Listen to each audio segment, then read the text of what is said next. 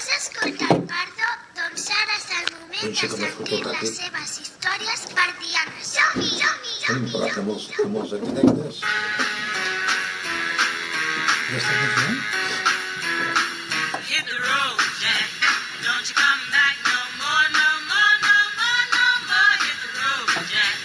Don't you come back no more. What you say? Bé, Pardo, després d'aquest coitus interruptus amb la Ruth, Què hi farem? ara et donem a tu tot el temps... Bueno, tot el temps que vulguis no, recorda la tisora, No, sí, però no facis això amb els dits, que això és molt lleig. Què vols que faci? No, fer la tisora és així. Bueno, fer la tisora amb els dits, sí. No, val.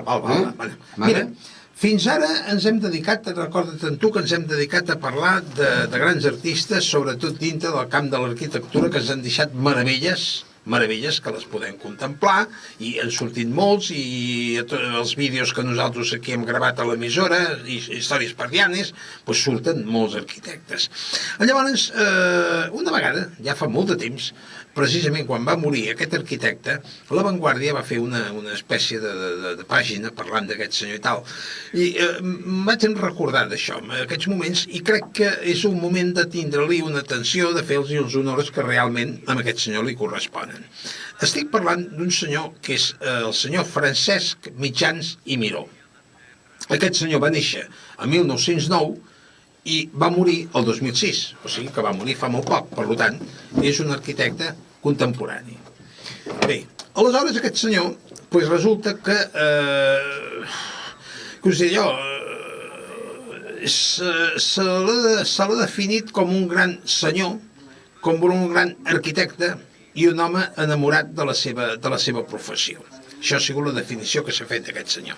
Bé, aleshores, ell ha fet unes grans obres distribuïdes per la ciutat de Barcelona, altres fora, però distribuïdes per la ciutat de Barcelona, amb les possibilitats que era un home que estava molt en contacte amb persones de possibilitats econòmiques i, per tant, li permetien desenvolupar totes les seves obres. Tot el que ell volia fer, doncs, hi havia diners per poder-les fer i executar-les.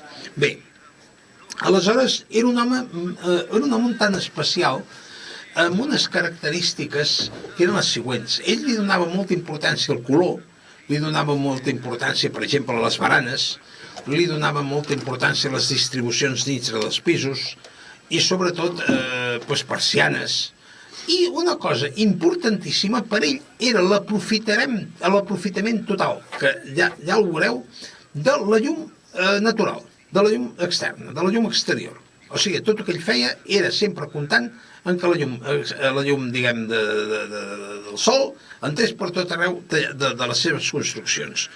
Molt bé, aleshores aquest home, ja torno a repetir, tenia un gran interès en això, i ara vull parlar de les seves obres, que segur, hi ha moltes que potser no recordareu, però hi ha moltes que són conegudíssimes i clar, quedareu una mica bocabadats del que va fer aquest senyor.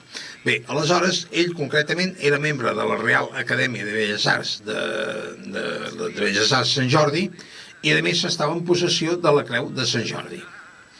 Aleshores, aquest senyor, jo he agafat unes quantes obres, perquè n'hi ha moltes, però més que res obres que siguin conegudes de cara a aquest programa, i un d'ells, per exemple, el teniu a la Diagonal, exactament a la Diagonal, cantonada a Balmes, que és el que havia sigut a l'edifici del Banc Atlàntic, que avui dia és Banc de Sabadell. Doncs aquell edifici, ell el va fer, el va dissenyar, el va fer totalment, i degut a l'envergadura de l'edifici va comptar amb la col·laboració, també s'ha de dir, d'un arquitecte que era el senyor Santiago Balcells. Doncs el senyor Santiago Balcells va participar amb ell, però realment el projecte era d'ell, o sigui, qui dirigia, qui allà deia el què, era ell. Aleshores, recordeu que se'n van parlar, quan van parlar de l'arquitecte Sagnier, recordareu que us vaig dir que havia fet el Club Nàutic.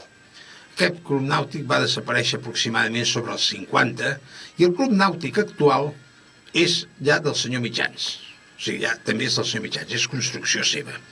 Si anem passant amb tot això, doncs aniré a dir-vos que, per exemple, a l'Avinguda Pedralbes teniu una casa que es coneix com la Casa Tòquio, de veïns i tal.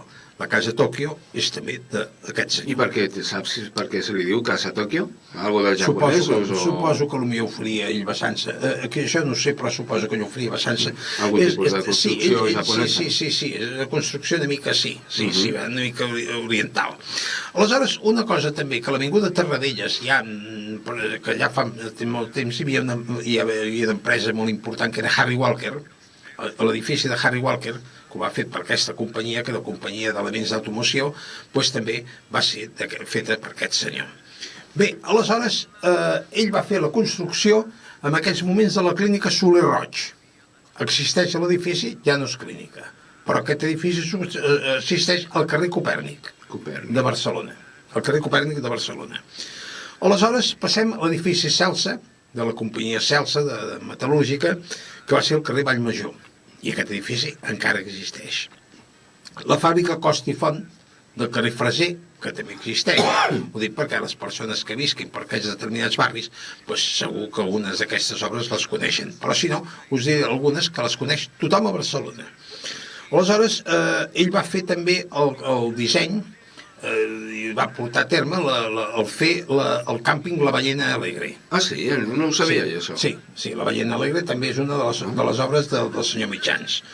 Aleshores, un dels grans projectes d'aquest senyor, i aquest sí que us vull explicar perquè aquí entra el que us he dit. Mireu, ell va agafar un quadrat, que va ser un projecte extraordinari, un quadrat de Barcelona, que era, i aquest quadrat se va el nom de Complejo Roma 2000. El complex Roma 2000 va de la següent forma. Per la banda de baix agafa el carrer València, i per la banda de dalt agafa l'Avinguda Roma. Per un lateral m'agafa el carrer Tarragona, i per l'altra banda m'agafa el carrer Llançà. Tot aquell complex de cases que es veuen allà, vivendes, i tot aquell complex de patis, i tot aquell complex que hi ha allà, que és el Roma 2000, tot això és Mitjans. I llavors, aquí sí que vull dir que es pot veure perfectament que sí que aplicava la llum. Jo hi he estat dintre d'alguns, per raons professionals, jo he estat dintre d'alguns d'aquests pisos, i realment et sents satisfet. Les estructures, la separació d'unes cases amb altres, amb patis amb llum als pisos, etc., és el principi que tenia ell, aprofitar la llum natural.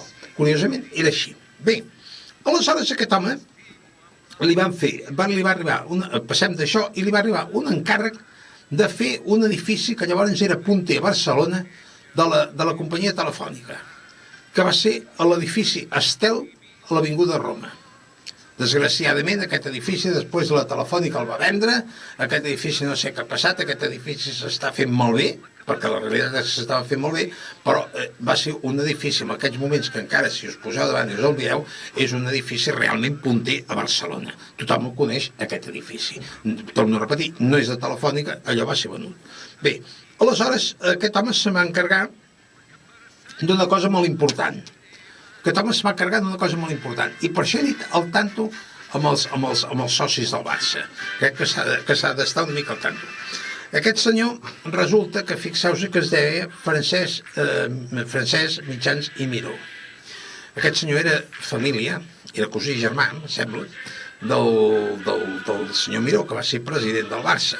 Miró Sans. Quan s'estudia el canviar el camp del Barça, crear el camp del Barça, doncs li diu al seu cosí si ell s'atreviria a participar en aquestes obres. I això l'home es va donar una volta, es veu per diversos estadis d'Europa, s'ho va estar mirant, aviam per agafar una mica d'idees com s'havia de fer tot allò, i llavors, a 1954, l'home comença a fer el disseny de l'edifici, dirigeix les obres pràcticament amb un 90%, perquè degut a l'envergadura de les obres es va veure necessitat de dues persones que col·laboressin amb ell per la construcció d'allò, perquè allò és un monstre, allò és tremendo. I aleshores van ser precisament l'arquitecte Josep Soteras i Mauri i l'arquitecte Lorenzo García Barbón. Van ser els dos. Crec que encara viuen aquests senyors. Aquests senyors crec que encara viuen. Molt bé, però fixeu-vos si l'home tenia carinyo a la seva professió, que inclús amb 90 anys va projectar i es va aixecar un edifici de la Villa Olímpica. Amb 90 anys es va aixecar un edifici de la Villa Olímpica, dissenyat per ell amb aquesta edat. Edifici que encara existeix, vull dir que existeix, perquè ara tots aquests edificis són nous, existeix i existiran durant molts anys. I llavors, us torno a repetir que aquest home ja tenia molt interès en que se sapigués i tal, perquè, clar, totes aquestes persones que se'n van al camp del Barça a veure els partits i tot això, per almenys tenia un record del senyor Mitjans. Us va crear aquell camp. Vinga, doncs bona nit. Que poco significan las palabras. Si cuando sopla el viento se la lleva tras él.